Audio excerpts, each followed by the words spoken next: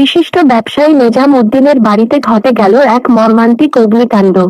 ছাগলকে কয়েল দিতে গিয়ে এই দুর্ঘটনা ঘটে, যাতে 12টি ছাগলের মধ্যে মাত্র 2-3টি বেঁচে আছে, বাকিগুলো আগুনে পুড়ে ছাই। ঘটনার রহস্য কি? কিভাবে এই আগুন ছড়াল? আমরা সরাসরি কথা বলেছি শিলখালী ইউনিয়নের 6 নম্বর ওয়ার্ডের যুব দলের সেক্রেটারি এনাম এবং 6 নম্বর ওয়ার্ডের মেম্বার শফি সাহেবের, যার বাড়িতে আগুন ধরেছে, নিজাম, তার কাছ থেকেও। তাদের মুখ থেকেই শুনুন সেই ভয়াবহ রাতের সম্পূর্ণ বিবরণ এবং দুর্ঘটনার আসল কারণ। আসসালামু আলাইকুম।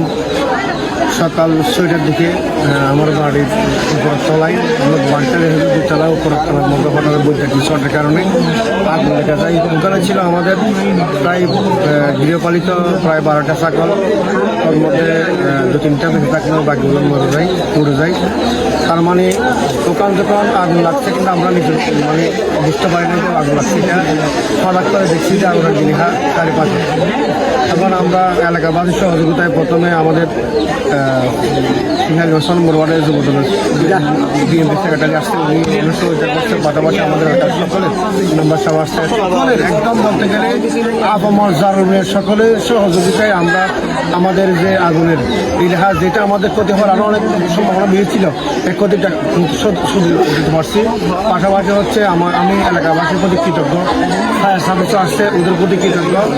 আর যারা আমাদের জন্য একটা কষ্ট করে সরকার বলতে গেলে একদম এখানে থেকে মানুষের কথা না, তারপরে সবাই আসছে, আশায় মানে সবাই এখানে উপস্থিত হওয়ার জন্য সবাইকে ধন্যবাদ জানাচ্ছি। পাশাপাশি হচ্ছে অনেক বলতে করে আমার মেজো ভাই অনেক ছাগল মরে গেছে, পড়ে গেছে, আমার পড়ে গেছে, দাম চলে গেছে, সব মিলিয়ে আমার বলতে গেছে সমস্যা। তারপরে আলহামদুলিল্লাহ আমাদের কোনো কেমন একটা মানব জাতি, যে বলতে গেলে আমার ছেলে মেয়ে অথবা আমার আব্বা সুস্থ, খুব অসুস্থ আমার আব্বা, তারপরে তাদের কোনো ক্ষতি হয়নি, একটু ওই যে যানমাল ক্ষতি হয়েছে সেটুকু। আসসালামু আলাইকুম রহমতুল্লাহ বরকাতুহু। দক্ষিণ সাউদিনের কোনো বাড়ি। প্রথমে আমাকে খবর দেয় এই শপথ বলছে যে মেদামার বাড়িতে আগুন ধরছে।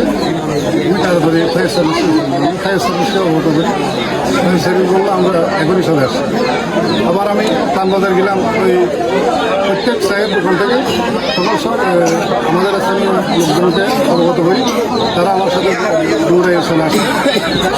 এলাকাবাসী জানার পরে কেউ বালতি, কেউ গাবলা, কেউ ঘরে নিয়ে এসে এখানে কলসি নিয়ে এসে এখানে মোটামুটি আগুনকে এখন নিয়ন্ত্রণে আসছে। তবে ক্ষয়ক্ষতির দিক থেকে একটু আমরা যেটুকু দেখতে পেলাম শেষে এলেও আমরা মোটামুটি ক্ষয়ক্ষতির দিক থেকে একটু মোটামুটি দেখতে পেলাম।